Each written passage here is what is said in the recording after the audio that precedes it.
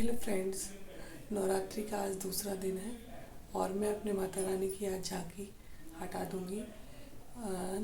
आज एकादशी है और एकादशी के दिन मैं दशहरे तक अपनी माता रानी की झांकी सजा के रखती हूँ और आज एकादशी के दिन मैं अपनी माता रानी की ये झांकी हटा दूंगी और फिर से अगले नवरात्रे का इंतज़ार करूँगी। जब माता रानी के अगले नवरात्रे आएंगे तो फिर मैं एक नए तरीके से माता रानी का भव्य दरबार सजाऊंगी और मैं कैसे क्या करूँगी, आइए चलिए देखते हैं।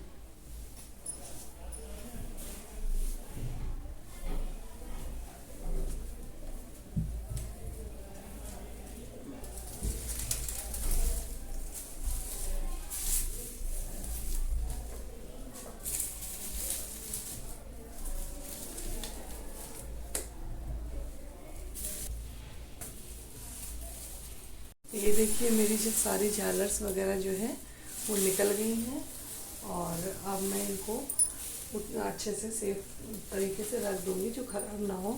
ये मेरी लाइट वाली झालर जो मैंने लगाई थी, ये सारे सामान जो डेकोरेशन के हैं मैं इनको कलेक्ट करके अच्छे से पैक करके रख दूँगी और नेक्स्ट जो भी फेस्टिवल आएगा जब झांकी सजाई जाएगी तो फिर मैं इनको निकालूँगी। और ये मेरे ड्राई फ्रूट्स जो मैं माता रानी को भोग लगाती थी, तो अब इनका मैं अपने खाने के यूज़ में ले लूँगी। और जो हम लोग अष्टदल कमल बनाते हैं ना, तो ये इनके जो चावल निकलते हैं तो इनका मैं क्या करती हूँ, जो चिड़ियाँ आती हैं ना, जो फीडर हम लोग घर में लगाते हैं बर्ड्स के लिए, तो मैं उसमें थोड़ा थोड़ा चावल करके डालती रहूँगी तो वो चिड़िया आके खाती रहेंगी और ये चावल मेरे अच्छे जगह से यूज़ हो जाएंगे। और मैंने 2 अष्टदल कमल बनाए थे जिसमें कि एक में कलश लगाया था। ये कलश का जो नारियल होता है ना, इसको कभी बाहर पे मतलब हम लोग काफ़ी बार क्या करते हैं, मंदिर में रख आते हैं जाके या नदी में प्रवाहित कर देते हैं। हमको ऐसा नहीं करना चाहिए। ये जो इस दीपक में चावल है ना, इनको भी मैं सारे चावल कलेक्ट करके चिड़ियों को खिलाऊंगी। और ये जो नारियल होता है ना, ये मेन होता है, ये लक्ष्मी का स्वरूप मान के हम इसकी स्थापना करते हैं। तो कहते हैं ना कि जो लक्ष्मी माता होती हैं उनको कभी नदी में प्रवाहित नहीं करना चाहिए या कहीं मंदिर में नहीं रखना चाहिए।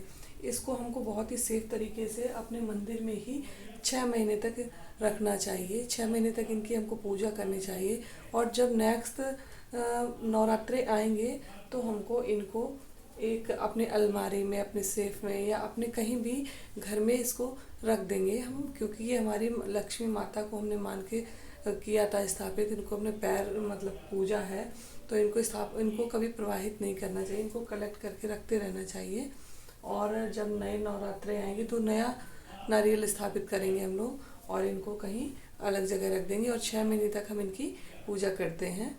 हम ऐसा करते हैं। आप क्या करते हैं तो आप भी बताइए आप क्या करते हैं नारियल का। लेकिन हम इनका 6 महीने तक पूजन करते हैं और ये 6 महीने तक मेरे मंदिर में आप विराजमान रहेंगे और नेक्स्ट नवरात्रे आएंगे तो इनको मैं दूसरा स्थापित करूँगी और इनको अपने सेफ में या कहीं पे सुरक्षित जगह पे रख दूँगी। तो ये हो गए मेरे नारियल। और इनको मैं ना, जो ये दीपक रहता है ना, इसी में रखूँगी। और नारियल का जो पानी होता है, जो कलश का पानी होता है ना, कलश का पानी मैं तुलसा जी में चढ़ाती हूँ। और जो उसमें कलश में जो सुपारी वगैरह पड़ी होती है ना, वो गलती नहीं है जल्दी से, तो उसको मैं निकाल के रख लेती हूँ। और जो आगे दिखाऊंगी मैं क्या करूँगी। अभी तो मैं ऐसे इस दीपक में, ये जो चावल वाले दीपक है ना, ये इस तरह से इसमें ऐसे रख दूँगी। और अभी मंदिर मुझे स्थापित करना, सही से पूरा अरेंज करना है क्योंकि बहुत फैला हुआ है डेकोरेशन की वजह से।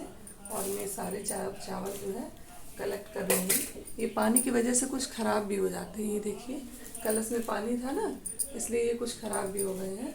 तो जो ख़राब चावल है ना, ये चिड़िया नहीं खाती हैं, तो इनको निकाल देना चाहिए। इनको निकाल के अलग कर देना चाहिए और इनको मैं अलग रख दूँगी। और इनको मैं गाय को डाल दूँगी या तो किसी गमले में रख दूँगी जिससे कि ये पैरों से ना आए, पूजा की सामग्री जो होती है उसको पैरों से नहीं पड़ने देना चाहिए, क्योंकि हमने इसकी पूजा की है माता रानी की। इसलिए ये मैं सारे कलेक्ट करके एक डिब्बे में रख लूँगी और बर्ड के फीडर में डालती रहूँगी इनको, और चिड़ियों का भी भोजन अच्छा बनेगा, इसलिए मैं इनको भी निकाल दूँगी।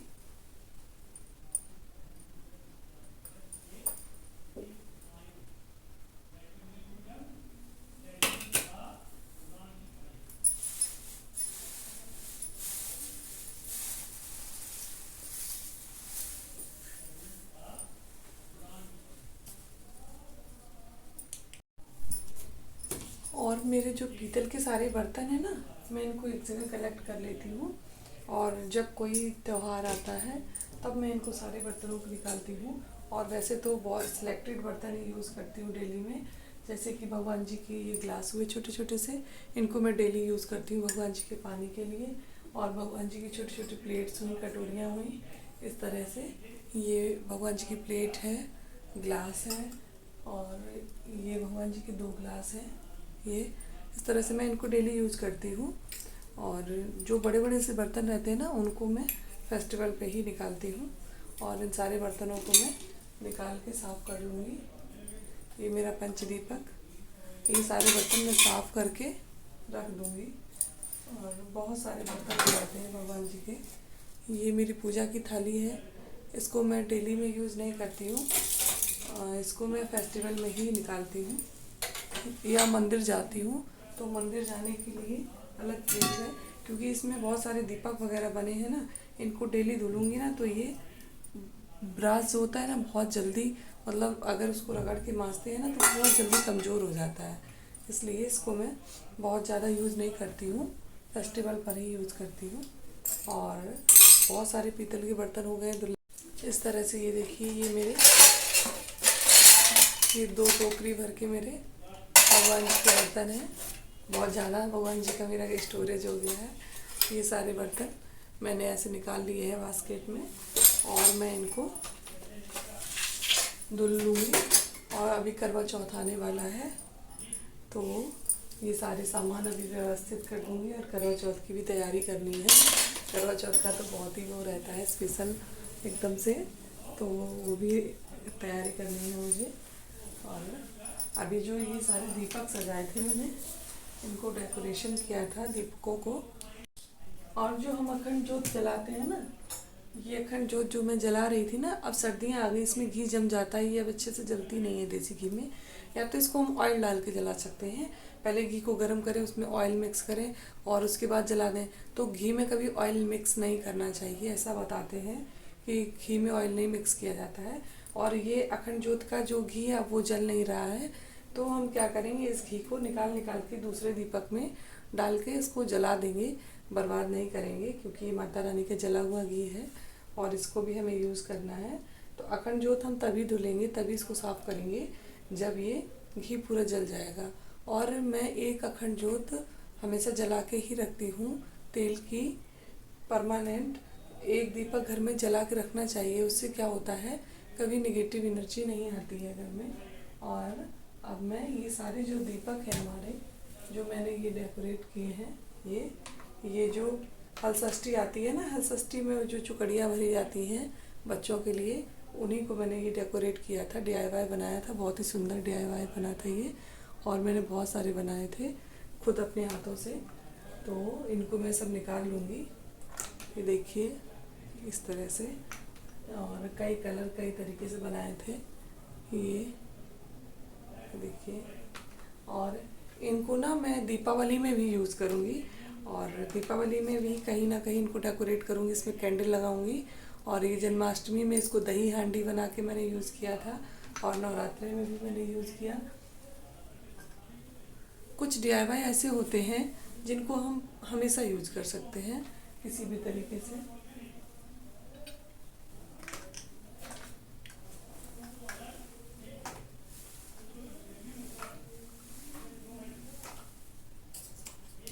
और जो ये फूल वगैरह जो हम यूज़ करते रहे हैं ना, ये फूल, पान और सुपारी, जो भी सारे सामान हैं जो मैंने यूज़ किए हैं, वो मैं एक बास्केट में कलेक्ट कर लेती हूँ।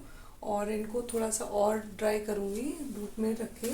और जब ये अच्छे से ड्राई हो जाएंगी सारी चीज़ें, फिर मैं इनको मिक्सी में पीस के और इसमें थोड़ा सा धूप और घी और कपूर वगैरह सब कुछ मिला के इनकी छोटी छोटी सी बॉल्स बना लेंगे, धूप बना लेंगे इनका। और फिर उसको मैं मंदिर में यूज़ करूँगी जलाने में। तो इससे बहुत ही अच्छा एक मतलब बहुत ही अच्छा वाइब्स आती है, बहुत अच्छी सी खुशबू आती है। और ये शुद्ध धूप होती है हमारे घर की खुद बनी हुई। और इसको मैं बनाऊँगी और आपको एक वीडियो में दिखाऊंगी भी कि मैंने ये कैसे बनाया। और जो फूल वगैरह होते हैं ना, इनको हम फेंक देते हैं तो माता रानी पे चढ़ी हुई जो भी चीज़ें होती हैं वो कहीं मतलब किसी के पैरों से आती हैं तो वो थोड़ा सा अच्छा नहीं लगता है। और जब इनको मैं धूप बना के अपने घर में पूजा में ही इस्तेमाल करती हूँ तो ये अच्छे से यूज़ भी हो जाती हैं। और इनका एक अलग ही अपना रहता है, बहुत अच्छा रहता है। तो इनको मैं बनाऊँगी। और जो मैंने ये ड्राई फ्रूट्स जो पूजा माता रानी के भोग के लिए ये निकाले थे, ये देखिए इसमें मखाना किशमिश वगैरह, ये किशमिश ये सारे जो बचे हुए हैं ना, तो इनको मैं भोग में ही आगे भी यूज़ करती रहूँगी। और जो ये काजू बादाम ये ड्राई फ्रूट्स होते हैं ना, इनमें क्या होता है बहुत जल्दी घुन आ जाता है। बारिश के सीज़न में तो बहुत जल्दी आ जाता है। अगर इनको देर तक स्टोर करके रखना चाहते हैं तो इनको मार्केट से लाने के बाद आप थोड़ा सा फ्राई कर लीजिए तवे में डाल के, हल्का सा फ्राई कर लेंगे ना तो फिर ये ख़राब नहीं होंगे, बहुत लंबे समय तक स्टोर कर पाएंगे आप इनको। तो मैं इनको हमेशा ड्राई फ्राई करके ही स्टोर करती हूँ। और ये तो आगे भी मैं इनको यूज़ करूँगी।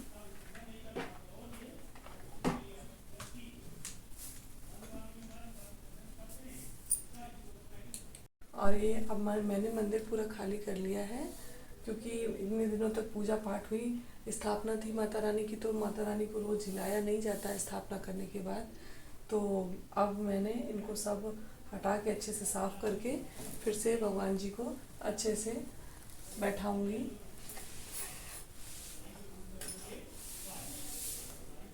बहुत ही धूप बत्ती वगैरह जो हम जलाते हैं ना, उनकी राख आख सब गिर गई थी।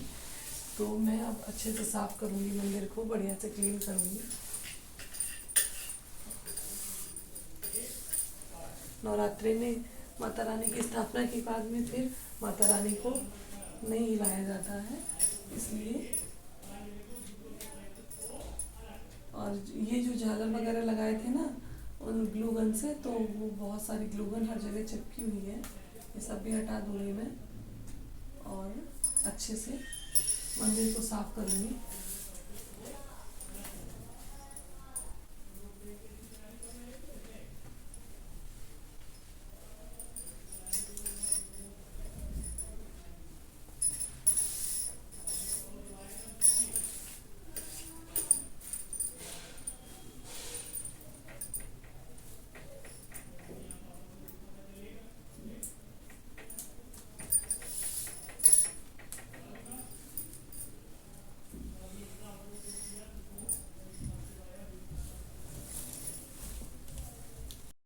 तो इस तरह से मैंने अपने माता रानी की झांकी को हटा दिया और मंदिर को क्लीन कर दिया और अपने माता रानी को मंदिर में विराजमान कर दिया।